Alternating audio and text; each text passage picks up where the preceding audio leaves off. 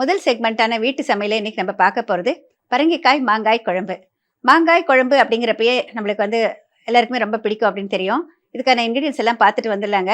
இந்த குழம்பு செய்கிறப்போ அதை டேஸ்டியாக பண்ணுறது எப்படிங்கிறது ஒரு ஆர்ட்டு. அதை சேர்த்து உங்களுக்கு சொல்லித்தரேன், கவனமாக பாருங்கள். இப்போ முதல்ல தேவையான பொருட்கள் பார்த்துட்டு வந்துடலாம்.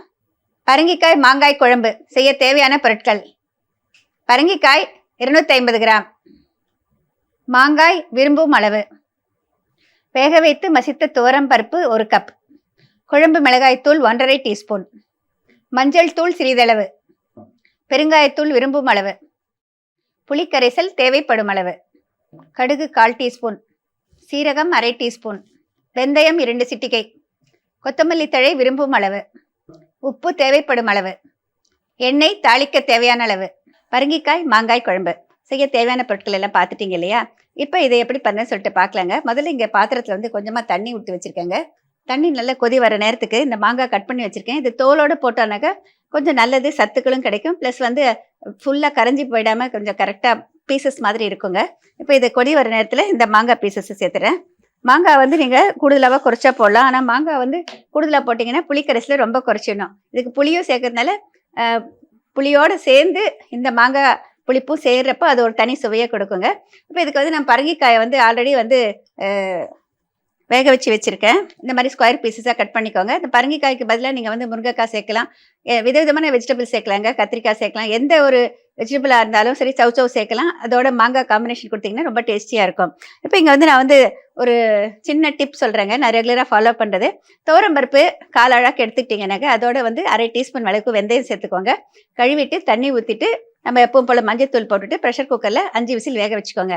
தினமுமே வந்து துவரம்பருப்போட அந்த வெந்தயம் சேர்த்து செய்கிறப்ப நம்ம வெந்தயத்தில் இருக்கிற நிறைய நல்ல விஷயங்கள் நம்மளுக்கு கிடைக்கும். மாங்காய் வெந்துருச்சான்னு பார்க்கலாங்க. மாங்காய் வெந்துருச்சு. இப்போ இதோட இந்த பரங்கிக்காய் சேர்த்துக்கிறேன். இப்போ இதோட புளிக்கரைசல்,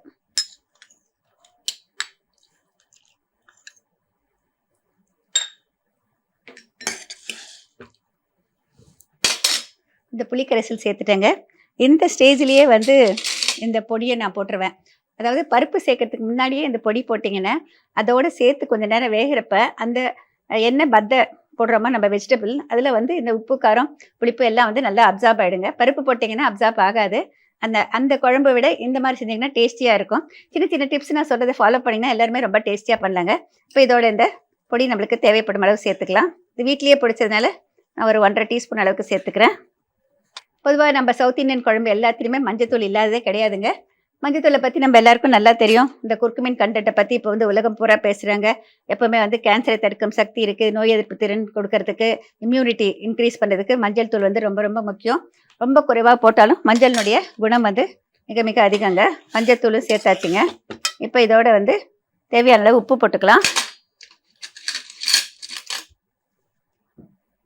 இப்போ இந்த ஸ்டேஜ்லேயே நம்ம இதை போடுறப்போ அதில் நல்லா அப்சார்ப் ஆகிடும்.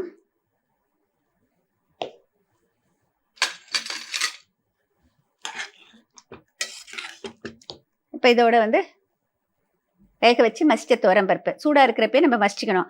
எக்ஸ்ட்ராவாக தண்ணி இருந்ததுன்னா அதை வடித்து வச்சுக்கோங்க, குழம்புக்கு போட்டுக்கோங்க. சூடாக இருக்கிறப்பே மசிச்சிக்கிற நல்லா இந்த மாதிரி நல்லா மசிக்க முடியும். இப்போ இதையும் சேர்த்துக்கிறேன்.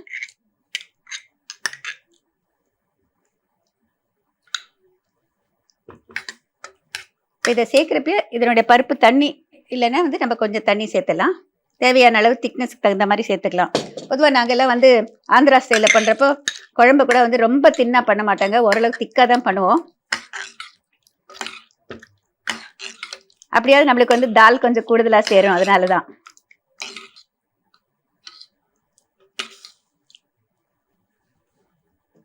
திக்னஸ் நீங்கள் பார்த்து போட்டுக்கோங்க. இதெல்லாம் சேர்த்து கொஞ்சம் நல்லா கொதி வரணும். இப்போ நம்ம உப்பு காரம் எல்லாமே போட்டாச்சுங்க. கொஞ்சம் நல்லா கொதிக்கணும். கொதிக்கிறப்ப நம்ம பார்த்தீங்கன்னா நம்ம ஓரளவுக்கு நிறம் மாறும். அந்த ஸ்டேஜ் வரைக்கும் நம்ம வரணும். அப்போ தான் வந்து நம்ம அந்த பீசஸ் பார்த்தீங்கன்னா நிறம் மாறி இருக்கும். அதில் நல்ல உப்பு காரம் எல்லாம் அப்சார்ப் ஆகிருக்கும். அது வரைக்கும் நம்ம வெயிட் பண்ணலாம். எப்பவுமே குழம்பு கொதிக்கிறப்ப பார்த்தீங்கன்னா ஒரு நல்ல ஒரு நிறம் கிடைக்கும். அந்த பீசஸும் தெரியும். ப்ளஸ் வந்து ஒரு ஷைனிங் வரும் பாருங்கள். அந்த ஸ்டேஜ் வரைக்கும் கொதிக்க வைக்கணும். ரொம்ப ஓவராக கொதிக்க வைக்காதீங்க. அதிகமான தண்ணி ஊற்றிட்டு ரொம்ப நேரம் கொதிக்க வச்சாலும் வந்து டேஸ்ட் போயிடும். இப்போ இந்த பக்கம் வந்து நல்லா எண்ணெய் சூடாயிடுச்சுங்க. கடுகு சேர்த்துக்கிறேன். கடுகு, சீரகம், வெந்தயம் ஒரு காம்பினேஷன். இது வந்து ஒரு சில இதுக்கு சாம்பாருக்கு, குழம்புக்கெல்லாம் தாளிக்கிறதுக்கு யூஸ் பண்ணிங்கன்னா ரொம்ப டேஸ்டியாக இருக்கும். இப்போ இந்த கடுகு வெடிக்க ஆரம்பிச்சிருச்சு. இப்போ இதோட சீரகம் சேர்த்துக்கிறேன். கடுகு வெடித்த பிறகு தான் சீரகம் சேர்க்கணுங்க. கடைசியாக வந்து நல்ல 4 வெந்தயம் போட்டுக்கலாம். வெந்தயம் போட்டுட்டு அடுப்பை ஆஃப் பண்ணிவிடுங்க. இந்த சூட்லேயே இது போகிறோம். இப்போ பெருங்காயத்தூள் இதுலேயே சேர்த்துலாம். இந்த மாதிரி எல்லாம் நான் சொல்கிறது அப்படியே ஃபாலோ பண்ணிட்டு செஞ்சிங்கன்னா வந்து எல்லாருக்குமே வந்து குழம்பு வந்து ரொம்ப டேஸ்டியாக இருக்கும். ஒரு வீட்டில் ஒருத்தர் பண்ணுறப்ப டேஸ்டியாக இருக்குது, ஒருத்தர் பண்ணுறப்ப டேஸ்டியாக இல்லைன்னு நினைப்போம் இல்லைங்களா? சின்ன சின்ன விஷயங்கள் தான் காரணங்க. நிறைய பேர் வந்து பெரியவங்க எல்லாம் வந்து சீக்ரெட் எல்லாம் சொல்ல மாட்டாங்க. நான் உங்களுக்காக எல்லா சீக்ரெட்டும் சொல்லிடுறேன். இப்போ குழம்பு நல்லா கொதிச்சிடுச்சு பாருங்கள், நிறம் மாறிடுச்சு. இந்த ஸ்டேஜில் இந்த தாளிப்பை சேர்த்துலாம். கருவேப்பிலை வச்சுருந்தீங்கன்னாக்கா கிள்ளிட்டு போடுங்க. அதில் அப்படியே இருந்ததுன்னா பீசஸாக கருவேப்பிலையே எல்லாத்தையும் எடுத்து போட்டுருவாங்க. அதனால் வந்து கிள்ளிட்டு போட்டிங்கன்னா வந்து அது அதோடு சேர்ந்து அந்த சூட்லேயே அது கொஞ்சம் என்ன சொல்கிறது சாஃப்ட் ஆகிடும். அப்போ வந்து சாப்பிட்றப்ப அதையும் சேர்த்து சாப்பிட்லாம். பெருங்காயம் ப்ளஸ் வந்து இந்த கருவேப்பிலை செய்கிறப்ப ஒரு நல்ல மனம் கிடைக்கும். நம்ம சவுத் இந்தியன் ஸ்டைல் குழம்பு எது செஞ்சாலும் சரிங்க, ஒரு காம்பினேஷன் போட்டு பண்ணிங்கன்னா ரொம்ப டேஸ்டியாக இருக்கும். நல்ல கமகமான வாசனையோட குழம்பு ரெடி ஆகிடுச்சிங்க. நீங்களும் ட்ரை பண்ணி பாருங்கள். இப்போ இதை வந்து ஒரு சர்விங் டிஷ்க்கு மாற்றிடலாம்.